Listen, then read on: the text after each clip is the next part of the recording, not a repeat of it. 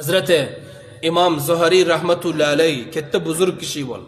Süleyman bin Abdülmelik kette batşah öten. Umar ibn Abdülaziz'in gayinbeçelerinden boluyor. Abdülmelik ibn Marwan şunun avlatlarından bol.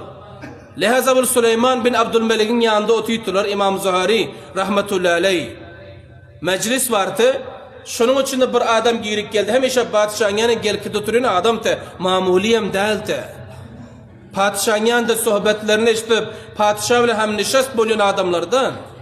Geldi Süleyman bin Abdülmelik padişahın yanına meclisine geldi oturdu. Süleyman'ın 100 aylan gitti bir rakam. Padişah da ne bozam eli gel otu. Yüzü tağiri gitti.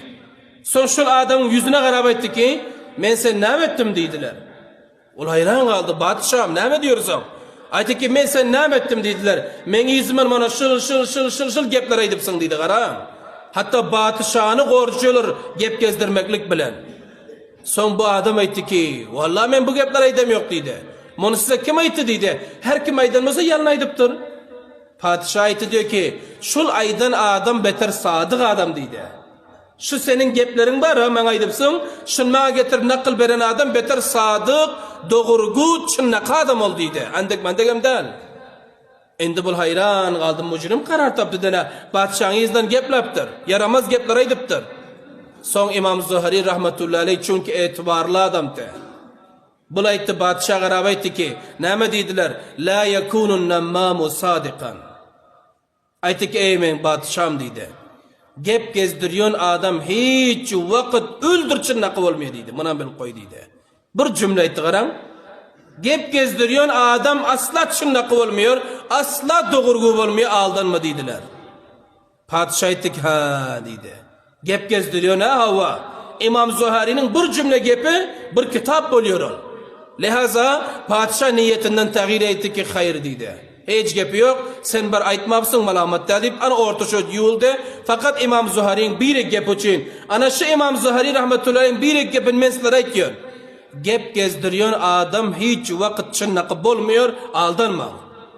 Birin yanına gelip bir gep aytıyor sana fulani o deydi, fulani bu deydi, asla doğrudaşlı adam. Niyeti harap şunun. Hatta ben şununla kaysur düşmanlığı var, ya kaysur muamelesi var, ya kaysur ortasında bir gep gelin ki ikinizin ortasında yakılık taşıyacak oluyor, kabrın gazcak oluyor, lihaza hiç vakitte eşitme. Hiç vakitte buna ışanma. Mislik İmam Zuhari rahmetullahi aleyh Süleyman bin Abdülmelik ketteken padişah düşündürdü ki la yekunun nemmamu sadikin. Ana şu cümle ki gep gezdiriyon adam asla rastgı olmuyor. Çınnakı olmuyor. Yalancı, kezzap, münafık sıfat insan buluyor. Asla bunu eşitmel delekene. Heleyin bolsun, avladın bolsun, doğanın bolsun, atan bolsun, velav ki canacan dostun bolsun. Suhan, zamanı ki suhan çiğnik etti mi? Onun gepinde etibar kalmıyorsan azizlerim. Doğru adam kim?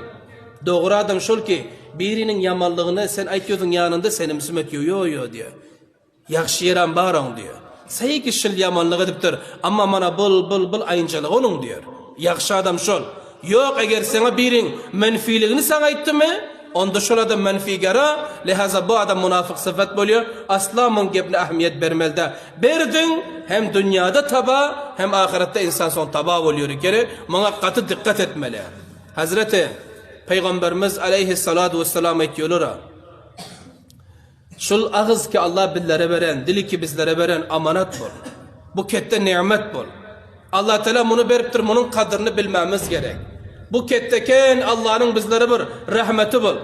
Cenab-ı Peygamberimiz Aleyhisselam bir kanun koyuyor. Neme kanun? Peygamberimiz diyor men kana yu'minu billahi vel yevmil ahir. Bir adam Allah'a imanı bolsa, ahiret günü adam imanı bolsa, felyekul hayran ev liyasmut. Peygamberimiz Aleyhisselam diyor ya olsa aynca gepaysın yadını düşse, ya aynca gep yadını düşmedi emsim otursun diyor. Bu behterin kanun bul. Bir merekede otuyorsunuz ha? Merdim her gep aydıp yeti. Indi sen peygamberin gepin tutacak olsan, peygamberin şul kanunu amel edecek olsan ne etmeli? Yakşı gep zihnine gelse, onda şul oylanıp durup ayt. Merdime akalan dünyasına fayda olsun ya ahiretine fayda olsun. Yok eğer ne dünya faydası var, ne ahirete faydası var. Sen bir facav gepler etsen, peygamberin gepini tutmadın. Peygamberimiz Aleyhisselam şu diyorlar. Yaxşı gep yadın gelsa ayt diyor mecliste. Yok eğer yaxşı gep gelmedi mi? Onda imsim otur, sukut et, ağzını yum, ana şu kamyaplık, şirketteki sana bir yaxşılık deyip Cenab-ı Peygamberimiz Aleyhisselam'a